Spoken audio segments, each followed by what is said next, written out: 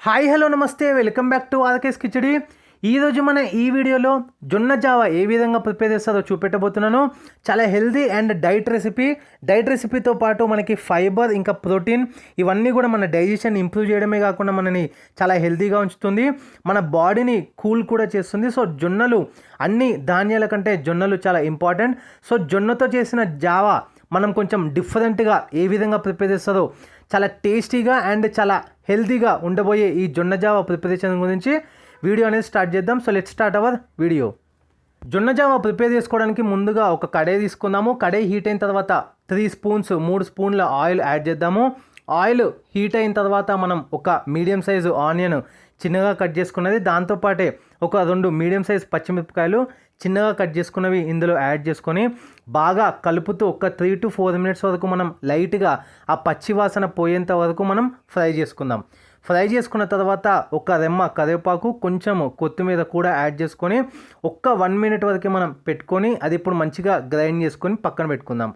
ఈలోపు మనం అదే కడాయిలో ఒక 3 గ్లాసులు వాటర్ అనేది యాడ్ చేస్తున్నాను. సో 1 కప్పు జొన్న పిండి యాడ్ చేస్తున్నాను. దానికోసం దగ్గర ఒక 4 to 5 కప్స్ మనకి వాటర్ అనేది అవసరం పడుతుంది. సో నేను గ్లాసెస్తో తీసుకుంటున్నాను. 3 గ్లాసెస్ వాటర్ యాడ్ చేస్తున్నాను. వాటర్ ఈ విధంగా ఎప్పుడైతే బాయిలింగ్ స్టేజ్కి వస్తుందో అప్పుడు మనం ముందే ప్రిపేర్ చేసి పెట్టుకున్న ఆ మిక్సీ ఆ పేస్ట్ అనేది మనం ఇందులో యాడ్ చేద్దాము. యాడ్ చేసుకున్న తర్వాత ఈ విధంగా మనం ఎప్పుడైతే బాయిలింగ్ స్టేజ్కి వస్తుందో అప్పుడు మనం ఈ జొన్న పిండి అనేది యాడ్ చేద్దాము. జొన్న పిండి ఒక చిన్న కప్పు మనం జొన్న పిండిలో లైట్గా వాటర్ యాడ్ చేసుకొని మనం పక్కన పెట్టుకుందాము.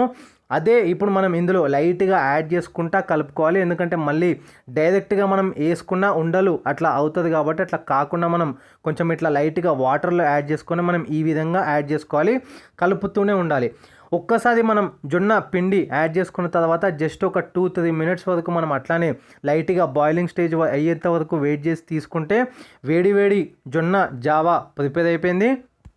చాలా టేస్టీగా ఉంటుంది ఈ విధంగా ప్రిపేర్ చేసుకుంటే, అండ్ చాలా హెల్దీ కూడా. దాంతోపాటే జొన్నల్లో ఉండే మనకి యాంటీ క్యాన్సర్ గుణాలు అండ్ ఇది డయాబెటీస్కి కూడా చాలా మంచిది.